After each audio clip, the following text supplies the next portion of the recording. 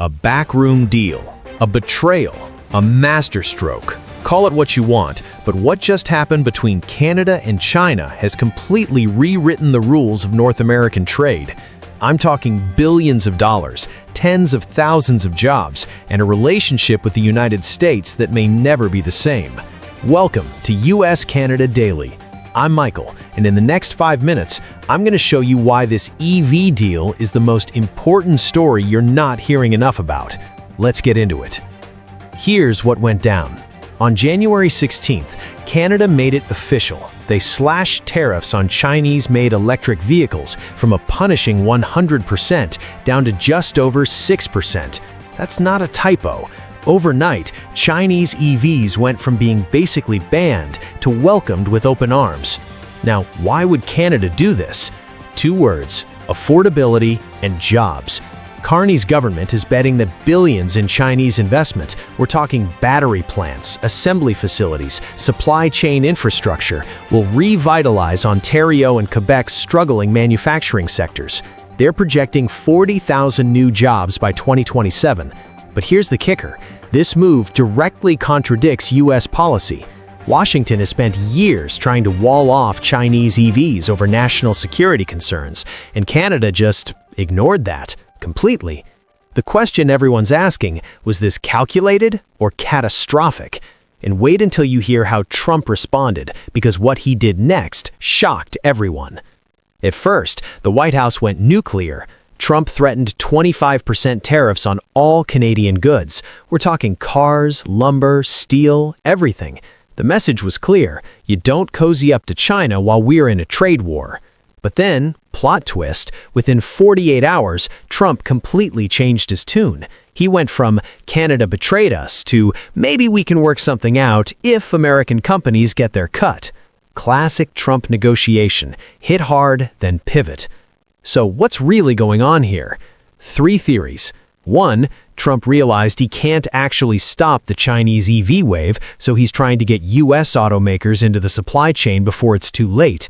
2, this is a head fake. He's playing nice while preparing a much bigger economic response.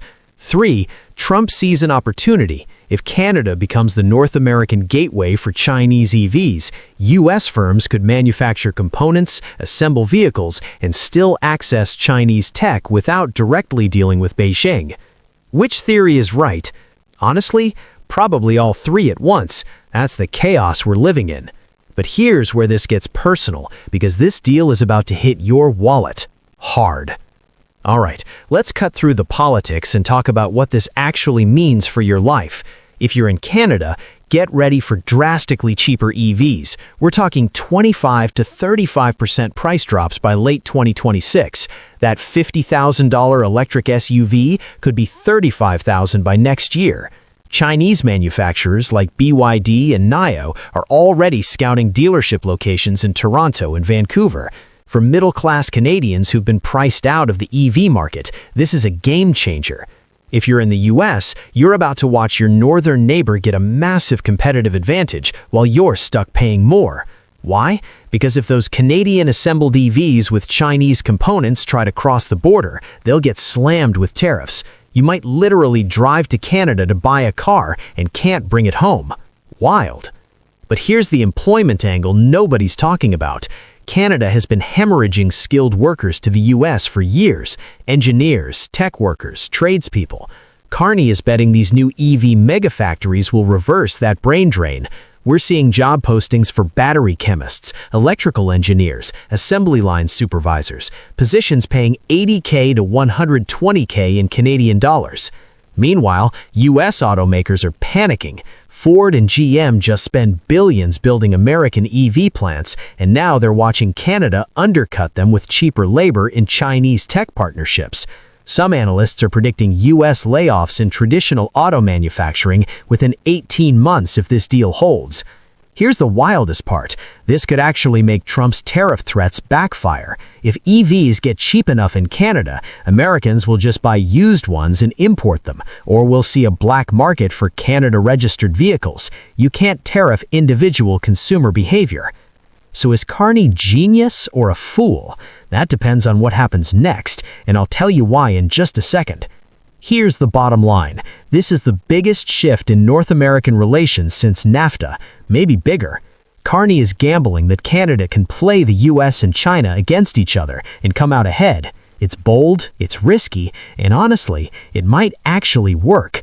But there are so many ways this could blow up.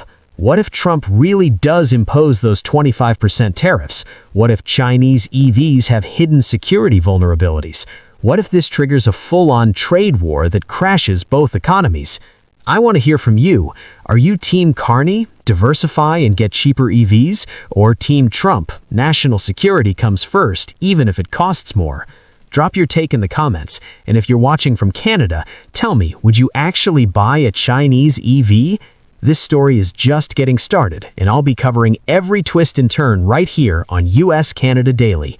Hit that subscribe button, smash the like if this breakdown helped, and I'll see you tomorrow with the next big story. This is Michael, and you've been watching US Canada Daily, where we break down the news that actually affects your life.